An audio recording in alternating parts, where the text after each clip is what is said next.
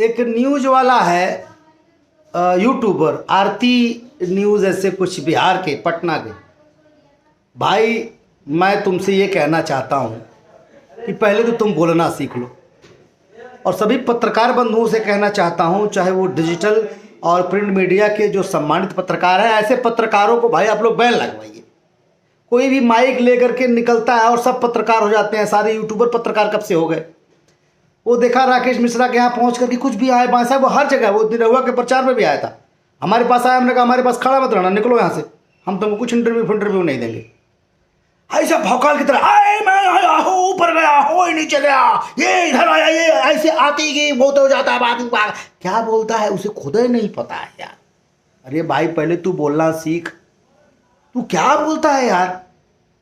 वो घुस जाता है, एयरपोर्ट से आए हैं, अभी विश्वस्त सूत्रों से पता चलता है, एयरपोर्ट पे आए हैं, विश्वस्त सूत्रों से पता चला है, ये चला। अरे क्या रे पागल है क्या बरे भाई तू।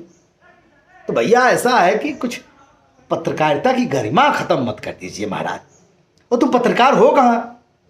जो रिस्पेक्टेड पत्रकार हैं, जो पढ़े लिखे पत्रकार हैं, जो सर्टिफिकेट वाले पत्रकार हैं, वो इस तरह की बात करते हैं क्या? वो तो लपेट के प्यार से एकदम मारते हैं, ना लाउड होते हैं ना गुस्सा होते हैं, प्यार से सारी सच्चाई उगलवाते हैं। और तुम यार बस एक माइक ले लिए हो और क्या क्या पूछ रहे हो, गाली खा रहे हो, गाली दे रहे हो यार, ये कौन सी बात हुई? कहीं भी पहुंच जाते हो।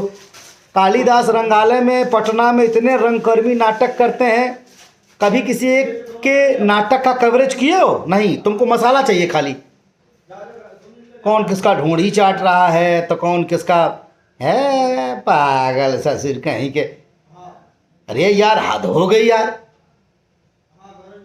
घिना के रख दिए हो सब लोग यार एकदम, भगवान कसम। ये क्या तरीका है यार।